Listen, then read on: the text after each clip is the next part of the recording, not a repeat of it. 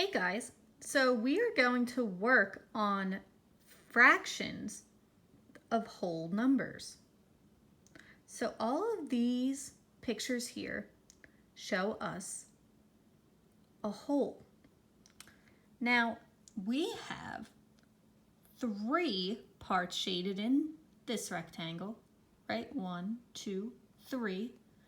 And we have our rectangle split into 3 parts. So we know it's split into 3, so 3 is our denominator, and 3 parts are shaded in, so 3 is our numerator. And that makes sense, right? Because we're saying 3 out of the 3 parts in this whole are shaded in. Now, how many parts are in this whole, in this rectangle? How many parts are in this whole? Right.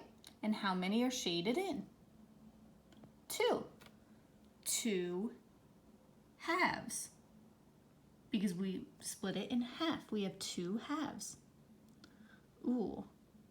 But now I'm looking at this guy, the one in red, this rectangle. How many parts are in this whole? Yeah, this is a tough one. So we didn't have to split it at all. So because of that, we just have 1 part. We have 1 part in our whole. So our denominator is going to be 1. Because that's how many parts we have in this whole. It's just all one big part shaded in. And if it's just one large part shaded in, we have 1 out of 1, right? All right, now I'm going to show you what happens if we have more than 1 whole, what that fraction will look like.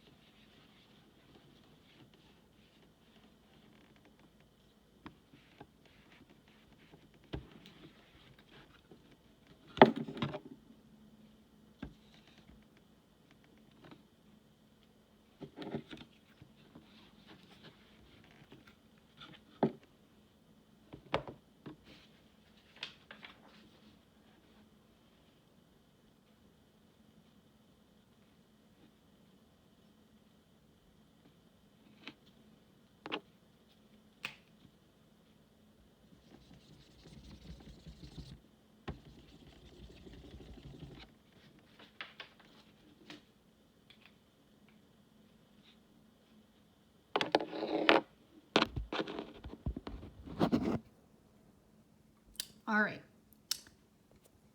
we have 3 rectangles again, and this time the whole is shaded in, the entire rectangle. So if we know the entire rectangle is shaded in, then our denominator that matches all 3 of these rectangles is going to be 1. How many parts did we shade in? How many parts do we have shaded in? Right, we have 1, 2, 3 parts. Notice how I made this number bond here? All of these rectangles together made 1 whole. So we had each rectangle, each hole is split into 1, and we had 3 holes. So it's 3 over 1. What would our numerator be if we had another rectangle shaded in? What would our numerator be now? Right, 4 over 1. And that makes sense because what do we get when we do 4 divided by 1. Right, we get 4. And we know that we have 1, 2, 3, 4 whole rectangles here. Remember, we can think of this line here that separates the numerator from the denominator as the division symbol. And where the 2 dots normally are, numerator, denominator. All right, let's try a few more.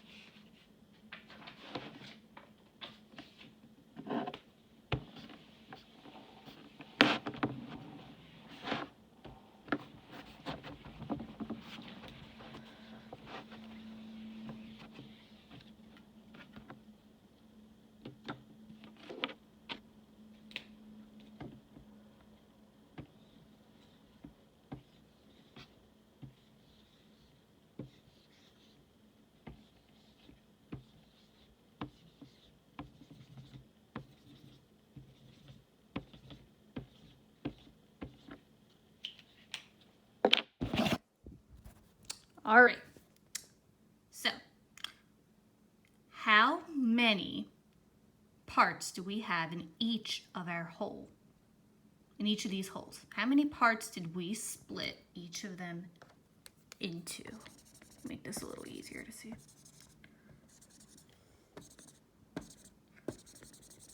All right, how many parts did we split each of our holes into? Right, we didn't split them at all. So we only are working with 1 part again. 1 part, and our denominator tells us how many parts are in 1 hole. In each hole, there's only 1 part. What is our numerator going to be?